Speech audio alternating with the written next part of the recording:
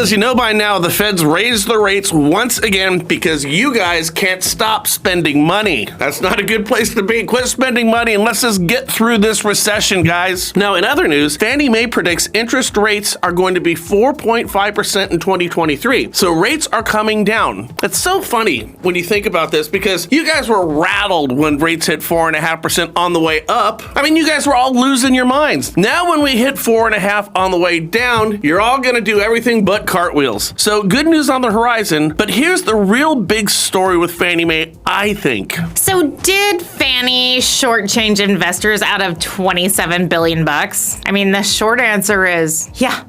They did. So what happened? In a 2014 decision, Judge Royce Lambert of the United States District Court for the District of Columbia sided with the government. Quote, "It was Congress, after all, that parted the legal seas so that FHFA, the body overseeing the housing companies, and Treasury could effectively do whatever they wanted, whatever they thought was needed to stabilize and, if necessary, liquidate the GSEs. But a separate hearing entitled Fair Home to conduct fact discovery, and it soon transpired that not all is what it seemed over at Fannie and Freddie. The August 2012 amendment coincided almost completely with a turnaround in Fannie's and Freddie's fortunes." And get this, having sustained losses every year between 2008 and 2011, the two began generating profits again in the first quarter of 2012. Projections, not initially declared in court, showed that the profit trajectory continuing, quote, "I believed we were now in a sustainable profitability," said Susan McFarland, Fannie Mae's former chief financial officer, in a deposition. An upturn in profit also paved the way for a write-back of deferred tax assets, worth around $50 billion for Fannie Mae. They just got a check for $50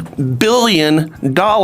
And how many people own that common stock over there? A lot. Are investors in the GSEs getting hosed over? Sure looks like it from here, but understand this. All of your agency loans will have lower interest rates if we keep them in conservatorship. Right now, we need lower rates to fight inflation and our recession, more than we need to do the right thing by these investors. I know that sounds horrible, but listen, Fannie anticipates, as I said, a 4.5% average rate next year. And that's great, but it's not going to happen if they recapitalize them and release them from conservatorship with the FHFA.